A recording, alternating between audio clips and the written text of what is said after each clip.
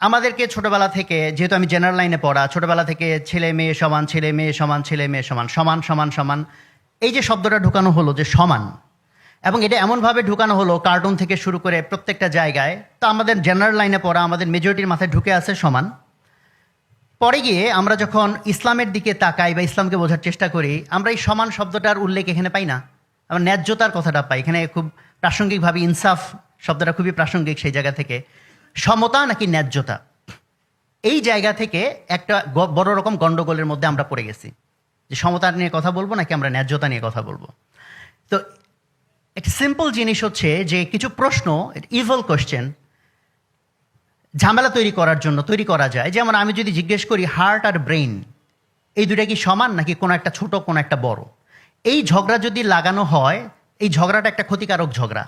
কারণ heart her brain মিলে যদি ঝগড়া করে এবং কোনো একভাবে যদি কোনো একটা জিতে যায়, ধরো হার্ট জিতে গেল, তাহলে এইটাই যদি প্রপাগান্ডা করা হয় হার্ট হচ্ছে বেশি ভালো, তাহলে ব্রেইনগুলো মনে করবে আমার ব্রেন হয়ে দরকারটা কি, আমিও হার্ট হয়ে যাই।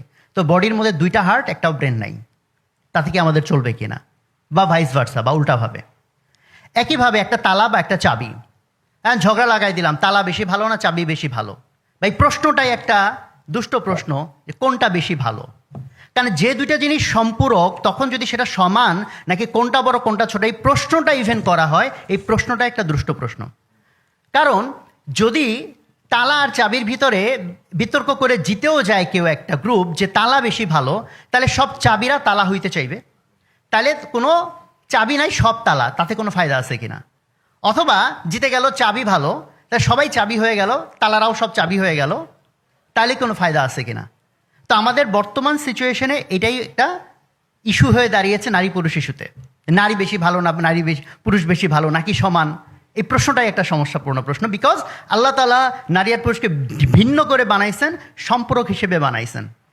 এখন এই যে তালারা চাবি হইতে চাইবে নাকি চাবিরা তালা হইতে চাইবে, এইটা কিসের উপর নির্ভর করে? এটা নির্ভর করে বায়াস কিভাবে তৈরি করা হয়, পক্ষপাত কিভাবে তৈরি করা হয়। কারণ প্রত্যেকটা ভালো মন্দ বিচারের আগে তার পেছনে কাজ করে আমাদের, যে তার পেছনে আমাদের জাজমেন্ট করার ক্রাইটেরিয়া কি। তো আমরা যদি ধরা যাক যে তালা আর চাবি নিয়ে বিতর্ক লাগাবো, আমি এটা প্ল্যান করে রাখলাম, এবং আমি তার আগে সমাজের ভিতরে একটা ধারণা তৈরি করলাম, পক্ষপাত তৈরি করলাম, যে যে জিনিস যত বড় সেই জিনিস তত ভালো। তো এরকম ধারণা তৈরি করা কঠিন কিছু না। ইনকাম বড় হইলে ভালো, ঘর বড় হইলে ভালো, তাই না, মাঠ বড় হইলে ভালো, এরকম যদি কয়েকটা উদাহরণ দেওয়া হয় এবং তার পেছনে উদাহরণগুলো যদি বারবার বারবার বলা হয়, তাহলে একটা পক্ষপাত তৈরি হবে। এই পক্ষপাত তৈরি করার পর আমি যদি লোকজনকে জিজ্ঞেস করি তালা বেশি ভালো না চাবি বেশি ভালো, তখন তার উত্তর দিবে তালা বেশি ভালো। কেন? তার ভিতরে আমি অলরেডি পক্ষপাত তৈরি করছি, যেটা বড় সেটা হচ্ছে ভালো। তাহলে দেখবে তালা আর চাবির মধ্যে তালা হচ্ছে বড়, এই তালা হচ্ছে ভালো। আবার যদি আমি পক্ষপাতটা তৈরি করি যে যা কিছু ছোট তা হলো ভালো, এরকম উদাহরণ হিসেবে বলা যায় ট্যাবলেট যদি ছোট হয় ভালো, মাইক্রোচিপ ছোট হলে ভালো, মোবাইল ছোট হলে ভালো। এইটাও তৈরি করা সম্ভব, ডিপেন্ড করে আমি মিডিয়া ইউজ করে কোন বায়াসিংটা তৈরি করতেছি। ফলে আমি যদি এই বায়াস তৈরি করি যে ছোট হলে ভালো, তাহলে তালা ভালো না চাবি ভালো, এই বিতর্কের ভিতরে মেজরিটি মানুষ কোন পক্ষে চলে আসবে, চাবি বেশি ভালো।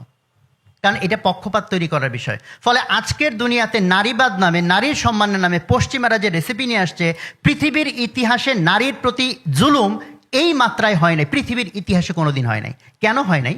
কারণ এখন যখন সারা পৃথিবীতে আমরা ট্রেন্ড দেখতেছি, ঐতিহাসিকভাবে পুরুষরা যেগুলোতে ভালো, অর্থোপার্জন, তারপর আপনি বলেন যুদ্ধ বিগ্রহ, শারীরিক পরিশ্রম, যে কোনো ইন্টেন্স সিচুয়েশন, এটা পুরুষরা ঐতিহাসিকভাবে ভালো। আল্লাহ তাআলা পুরুষকে এইভাবে তৈরি করেছেন। আর যা কিছু সফিস্টিকেটেড, সফট, সাটল, মানে মানবিক বা খুবই পেলব, এই জাতীয় জিনিসে আল্লাহ তাআলা নারীকে ঐতিহাসিকভাবে তাকে সেই সক্ষমতা দিয়েছেন, এবং ঐতিহাসিকভাবে নারী সেটাতে ভালো। যেমন ঘরকে ম্যানেজ করা, বাচ্চাদেরকে ম্যানেজ করা, শান্তি সৌহার্দ্যপূর্ণ পরিবেশ তৈরি করা, এটা নারীর ঐতিহাসিক স্ট্রেংথের জায়গা। এখন সারা পৃথিবীর পুঁজিবাদ এসে বায়াস তৈরি করলো যে সারা পৃথিবীর মধ্যে অন্য কোনো কিছুর তেমন কোনো দাম নাই, খালি দাম হচ্ছে টাকা কামানো, যে যত বেশি টাকা কামাবে সেটা হচ্ছে ভালো, ইনকাম করাটা ভালো, টাকা উপার্জন ভালো। পুঁজিবাদের কোর কনসেপ্ট যখন এই বায়াস তৈরি হয়ে গেল যে টাকা কামানোটাই হলো আলটিমেট জিনিস, যার প্রমাণ হচ্ছে এরকম যে আমরা যখন একজন আরেকজনের সাথে কথা বলি, ভাই নাম কি, আপনার পরিচয় কি, তারপরে জিজ্ঞেস করি ভাই আপনি কি করেন, আপনি কি করেন এটার উত্তরে আমি বলতে পারি আমি ভাত খাই, আমি ঘুমাই। বলতে না না ভাই, আপনি আসলে কি করেন? এটাতে আমরা কি বুঝতে চাই? সে কিভাবে টাকা কামায়। ফলে টাকা কামানোটাকে যখন এত প্রাধান্যের জায়গায় নিয়ে চলে যাওয়া হলো, এরপর জিজ্ঞেস করা হলো নারী ভালো না পুরুষ ভালো। তো নারী চিন্তা করলো আমি তো টাকা কামাই না, পুরুষ টাকা কামায়, তাহলে তো আমি একটা ইয়েতে পড়ে গেলাম, মানে হীনমন্যতা বোধে পড়ে গেলাম। কারণ আমি মনে করি যে যদি নারীর প্রতি ট্রুলি সম্মান পশ্চিমারা দেখাইতে চাইতো, তাহলে নারী ঐতিহাসিকভাবে যেটাতে ভালো তাহলে সেটাতে তারা ব্র্যান্ডিং করতো। তাহলে সবচেয়ে বেশি বড় লোকের পুরস্কার দেওয়া হয়, সবচেয়ে ভালো মাকে তো পুরস্কার দেওয়া হয় না, সেটার ব্র্যান্ডিং করা হয় না। সবচেয়ে বেশি যে ভালো ঘরকন্যা করে তার পুরস্কার দেওয়া হয় না। সবচেয়ে বেশি ভালো যে বাচ্চাকে পালন করে এটাকে পুরস্কার দেওয়া হয় না, এটাকে হাইলাইট করা হয় না। হাইলাইট করা হয় শুধু কে টাকাকে বেশি কামাইলো। কাজে দুইটাই সমাজে দরকার, বাট আমি বায়াস তৈরি করছি কোনটার দিকে, যে টাকাকে কামাই। ফলে এখন নারীর মধ্যে হীনমন্যতা বোধ তৈরি হয়ে যাচ্ছে, আমি তো টাকা কামাই না। ফলে যদি পশ্চিমে বিশ্ব ট্রুলি নারীকে সম্মান করতে চাইতো, তাহলে নারী ঐতিহাসিকভাবে যেগুলোতে ভালো তাহলে সেটাকে তারা ব্র্যান্ডিং করতো। তাইলে কি হইতো, তাহলে পুরুষরা বরং নারী হইতে চাইতো। এখন হয়েছে কি, নারীরা পুরুষ হইতে চাইতেছে, ফলে এটা তার ভিতরে একটা জুলুম তৈরি হচ্ছে। কারণ তার ন্যাচারাল টেন্ডেন্সি ওইভাবে আল্লাহ সুবহানাহু ওয়া তাআলা তাকে তৈরি করে নাই।